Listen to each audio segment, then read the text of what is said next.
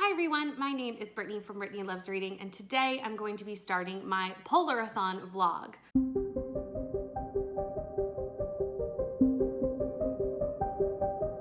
Polarthon is a readathon that's hosted every year. I think it's always the first full week of February, pretty sure, by J.D. Ray Reads. This is my second year doing Polarthon. I'm very excited to participate again this year. There's also a spinner wheel, which really got me this year. I love a good spinner wheel, and I'm so glad Jade decided to do the prompts as a spinner wheel this year because frankly, a spinner wheel is just a good time. I am only gonna be doing 3 spins of the spinner wheel because I have a lot of video projects going on right now with various things that you'll be seeing throughout the month. Plus, I'm doing 28 and 28 and have that going on as well. So I'm only going to do 3 spinner wheel prompts. So in this vlog, you're going to see my 3 spinner wheel prompts, what I'm picking for those. I'm gonna read them, let you know my thoughts, and just kind of vlog my 3 Polarthon spins. I've already spun for my first read, and I'm gonna put it up right here. And as you can see, I got Magical, which works out perfectly for a book that I had kind of in mind to read this month. It was not on my official TBR, but it was something that if I could get it in, I wanted to. And that is All of Us Villains by Amanda Foody and Christine Lynn Herman. I have been told this is like a magical Hunger Games, and from the sounds of the synopsis, that's what it sounds like. I love the Hunger Games. It's one of my favorite YA dystopian books, series, what have you. And I am very excited to pick this up. So if you don't know anything about All of Us Villains, for every generation at the coming of the blood moon, 7 families in the remote city of Ilverneth, I'm sure I said that wrong, but we're gonna go with it, each name a champion to complete in a secret tournament to the death. The prize? Exclusive control over a hidden wellspring of high magic, the most powerful resource in the world. So basically, very similar to the Hunger Games, except instead of fighting for food for the district, these 7 families are fighting for control over this magic to the death. This is a duology. There's only 2 books in the series, and it's already completely out.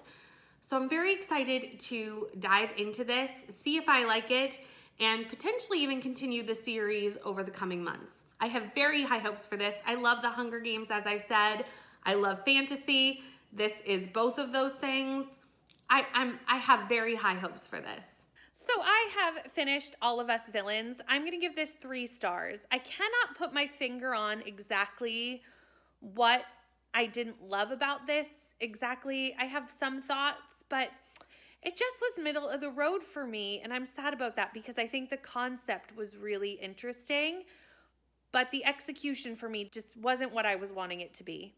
This follows, like I said earlier, 7 families. They are kind of the more powerful families in this region. And every 20 years, they pick one of their children to fight to the death to gain power of this high magic. So I can't say much exactly about the story without spoiling it, so I won't go into too much detail.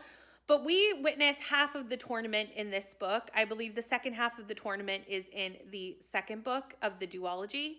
And I think for me, one of the main issues was the pacing in this book.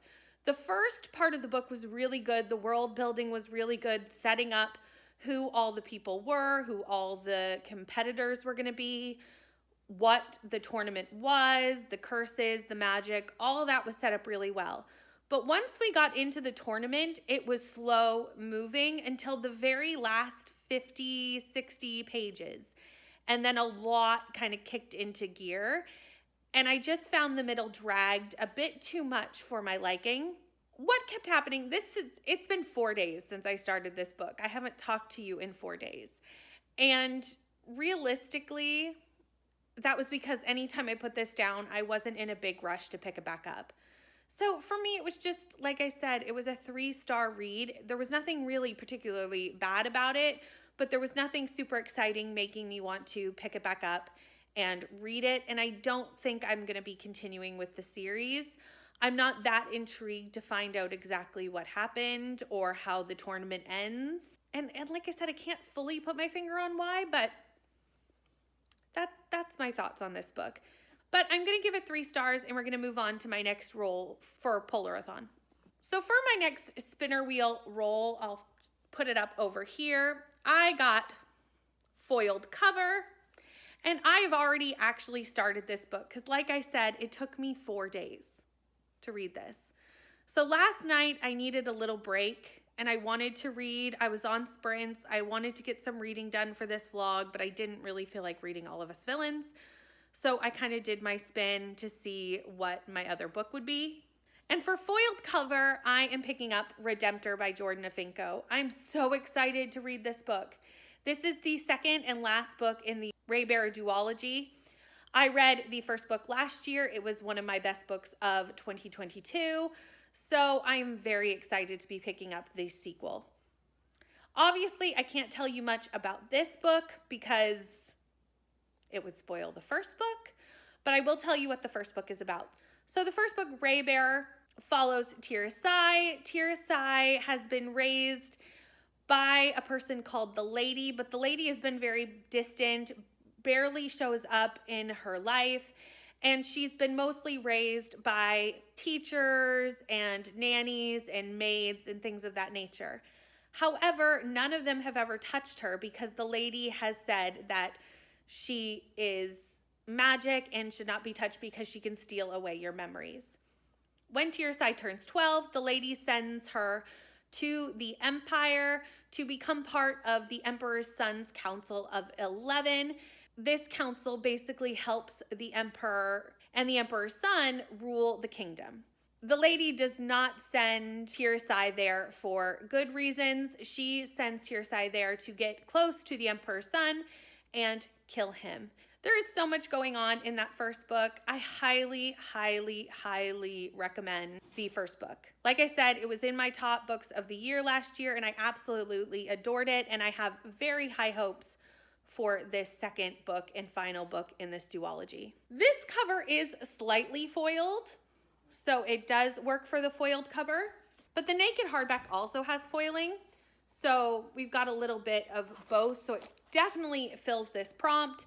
And like I said, I'm very excited to read it. I've already read part 1 and I'm already having a great time. So I'm gonna go continue this today and probably finish it today. And I'll come back and talk to you when I'm done. I think it should come as no shock. If you've been around a while, you know books, good, really good books will make me cry. The ending did me in for this one. And if the ending hadn't made me cry, I think the author's note probably would have. In the audiobook, it is read by the author, and it was a really poignant look into how this was written and the struggles of writing this sequel. I cannot really go into much of the plot of this book, if any, because it is a direct continuation of the Raybearer book. And everything that happens in this book is a spoiler to the first book. I've kind of already said what the first book was about. This, again, takes place directly after the conclusion of the first book, and basically the 1.5 to 2 years following that book. We are following Tirasai, we are following all of the Council of 11, but it is from Tirasai's perspective, as they decide what the future of all the Errant realms are going to look like. The themes in this book are thought-provoking, beautiful, they make you think, they're heartbreaking. You go through so many emotions while reading both Raybearer and this book, and it was just absolutely beautiful. I will definitely be reading anything Jordan Afinco ever wants to put pen to paper for. This whole duology was both 5 stars, and like I said, the first book was one of my best books of the year. It is too early to say that for this year, but it very well could happen again. It very well could. This book is beautiful. And like I said, thought-provoking, and I think if I ever reread them, I would get more and more out of them every time I read. I would notice things that maybe I didn't notice in the first read through. The writing style is just gorgeous. Tirasai's perspective through life is so interesting to read and see her grappling with what her future holds and what is being asked of her. I cannot say enough about this duology. I highly recommend that everyone read this duology. It is amazing. The world building is fantastic. Everything about this is top tier. And I absolutely love both books, and I'm so glad that I just finished a series. But I'm actually kind of sad that I finished the series because I would love to have more in this series, although this was definitely there was definitely like a solid end that there won't be anymore. But maybe a spin-off series? I don't know. I'm happy that I completed the series, but I'm sad that I will never have an opportunity to read more about this world or these characters because I just love it so much and it is so beautiful. But it is time to move on to our last read for Polarthon. Let me put this book down. And my last spin for Polarthon was Adventure, which I had a book picked for this, and now it is the last day of Polarthon. Because All of Us Villains took me 4 days, and I read Redemptor very quickly, but I just finished it this morning. I was hoping to finish it last night on sprints, and it just didn't happen. And it is now Sunday morning. I have sprints at noon today. I want to finish this book basically all on sprints or, you know, shortly after I get off sprints, because today is the last day of Polarthon, and I need to finish my last roll today because today's the last day. So I changed what I kind of had in mind because I needed something that was going to be a little bit quicker, a little bit easier to read. And also because Redemptor, although gorgeous and absolutely beautiful and probably one of my best books of the year, could definitely be, it's top tier.